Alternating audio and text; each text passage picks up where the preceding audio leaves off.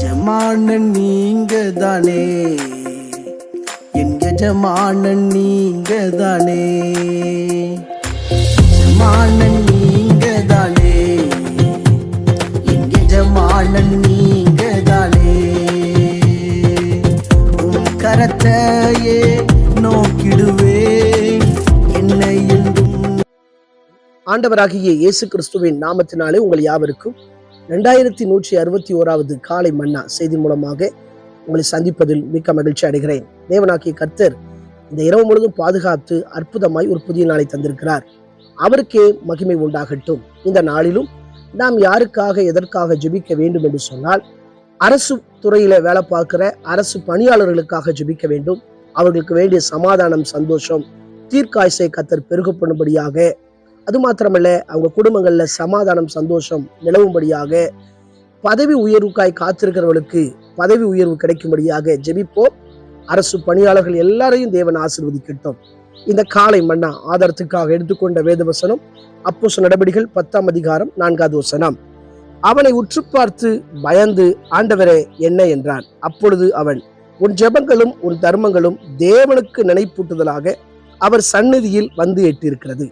எனக்கு பிரியமான கர்த்தருடைய பிள்ளைகளே, அன்பார்ந்த தேவ ஊழியர்களே, அருமையான நண்பர்களே, இங்கே கொர்நேலியு ஜெபிக்கிறவராய் காணப்படுகிறார், தர்மங்களை செய்கிறவராய் காணப்படுகிறார்.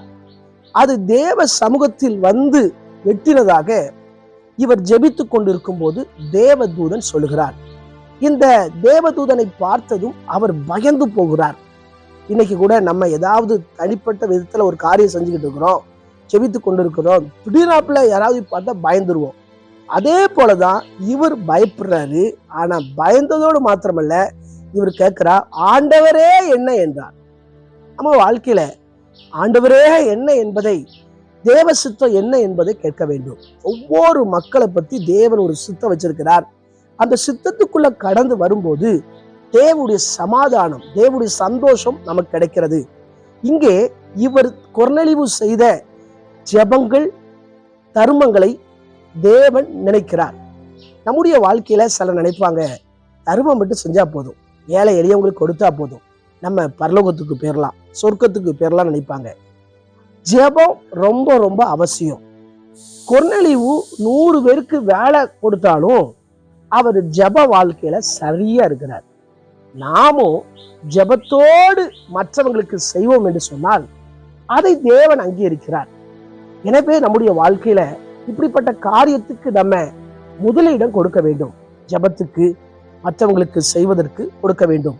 அதோடு மாத்திரமல்ல, இனி இவர் என்ன செய்ய வேண்டும், தேவ சித்தம் என்ன என்பதை அது சொல்லப்படுகிறது. அதாவது கடலோரத்தில் இருக்கிற பேதுரு என்ற மறுபேர் கொண்ட சீமோன் வீட்டுக்கு ஆட்களை அனுப்ப வேண்டும்.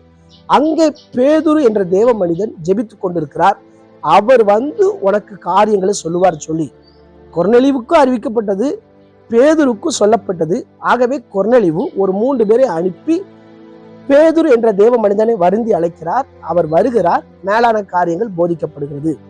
நம்முடைய வாழ்க்கையில ஜெபம் ரொம்ப முக்கியம். மற்றவங்களுக்கு கொடுக்கிறது முக்கியம். அதே வேளையில தேவனுடைய ஆலோசனையை தேவ மனிதர்களிடமிருந்து நாம் பெற வேண்டும். சிலர் சொல்லுவாங்க, எனக்கு ஆண்டவர் இருக்கிறார், எந்த தேவ மனிதனுடைய வார்த்தையை வேண்டாம் அப்படிம்பாங்க. அப்படி அல்ல, இந்த 3 காரியமே நமக்கு முக்கியம். நம்ம நடத்தக்கூடியவர்களுடைய ஆலோசனைய, தேவனுடைய வார்த்தையை நம்ம கேட்கணும். அந்த கீழ்ப்படிதல் உள்ள ஜீவியம் இந்த கொர்நேலியுவுக்கு காணப்பட்டது. நம்முடைய வாழ்க்கையிலும் இந்த கீழ்ப்படிதல் உள்ள ஜீவியம் இருக்கும் என்று சொன்னால் தேவ சித்தம் நம்முடைய வாழ்க்கையில எல்லா பகுதியிலும் வெளிப்படும். ஒருவேளை உங்க பிள்ளைகளை பற்றி, உங்களுடைய குடும்ப அங்கத்தினர்களை பற்றி யோசித்துக் கொண்டு இருக்கிறீங்களா? நீங்க ஆண்டவர்கிட்ட ஜெபம் பண்ணுங்க. ஆண்டவரே, என் வாழ்க்கையை பற்றி என்ன சித்தம் வச்சிருக்கீங்க, நான் என்ன செய்யணும் ஆண்டவரே கேளுங்க, அதுக்கு கீழ்ப்படிங்க, ஆண்டவர் உங்களை ஆசீர்வதிப்பார். கண்களை மூடி ஜெபிப்போம். எங்களை நேசிக்கிற நல்ல தகப்பனே, இந்த வேலைக்காய் வருகிறேன். நேர் எங்களுக்கு கொடுத்த அற்புதமான வார்த்தைக்கு ஸ்தோத்திரம். நாங்கள் ஆண்டவரை இந்த உலகத்தில் செய்கிற எல்லா காரியத்தையும் நீர் பார்த்து கொண்டு இருக்கிறீர். எங்களுடைய ஜெபங்கள், தர்மங்கள், ஆண்டவரே தேவ மனிதனுடைய ஆலோசனை எல்லாவற்றையும் பார்க்கிறீர். தொடர்ந்து நாங்கள் இன்னும் உமக்கு பிரியமுள்ள ஒரு வாழ்க்கை வாழ உதவி செய்யுங்க. இயேசுவின் மூலம் ஜெபம் கேளும் ஜீவனும் நல்ல பிதாவே, ஆமென். ஆண்டவர் சுத்தமானால் மீண்டும் நாளை காலை புதிய காலை நான் செய்தவனை சந்திக்கிறேன். அதுவரை தேவ கிருபை தாங்குவதாக.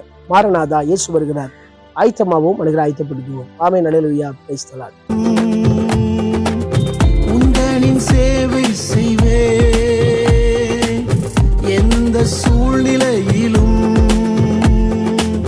என் ஜீவன் பிரியும் வரை உண்மையாய் ஓடிடுவேன் என் ஜீவன்